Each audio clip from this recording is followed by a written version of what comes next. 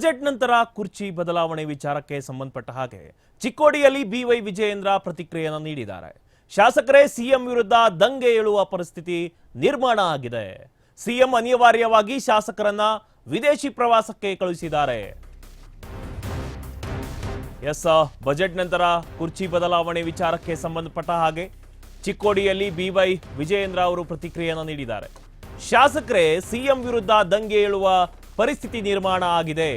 CM ಅನಿವಾರ್ಯವಾಗಿ ಶಾಸಕರನ್ನ ವಿದೇಶಿ ಪ್ರವಾಸಕ್ಕೆ ಕಳಿಸಿದ್ದಾರೆ. ಕಾಂಗ್ರೆಸ್ ವಿರುದ್ಧ ಕಿಡಿಕಾರಿದ್ದಾರೆ ಬಿವೈ ವಿಜಯೇಂದ್ರ ಅವರು. ಈಗ ಕುರ್ಚಿ ಜಟಾಪಟಿ ಏನಿದೆ ಅದರ ಸನಿಹದಲ್ಲಿ ಈಗ ಬಜೆಟ್ ಬರ್ತಾ ಇದೆ. ಬಜೆಟ್ ನಂತರ ಕುರ್ಚಿ ಬದಲಾವಣೆ ಆಗುತ್ತೆ ಅನ್ನುವ ವಿಚಾರಕ್ಕೆ ಸಂಬಂಧಪಟ್ಟ ಹಾಗೆ ಚಿಕ್ಕೋಡಿಯಲ್ಲಿ ಬಿವೈ ವಿಜಯೇಂದ್ರ ಅವರು ಪ್ರತಿಕ್ರಿಯೆಯನ್ನು ನೀಡಿದ್ದಾರೆ.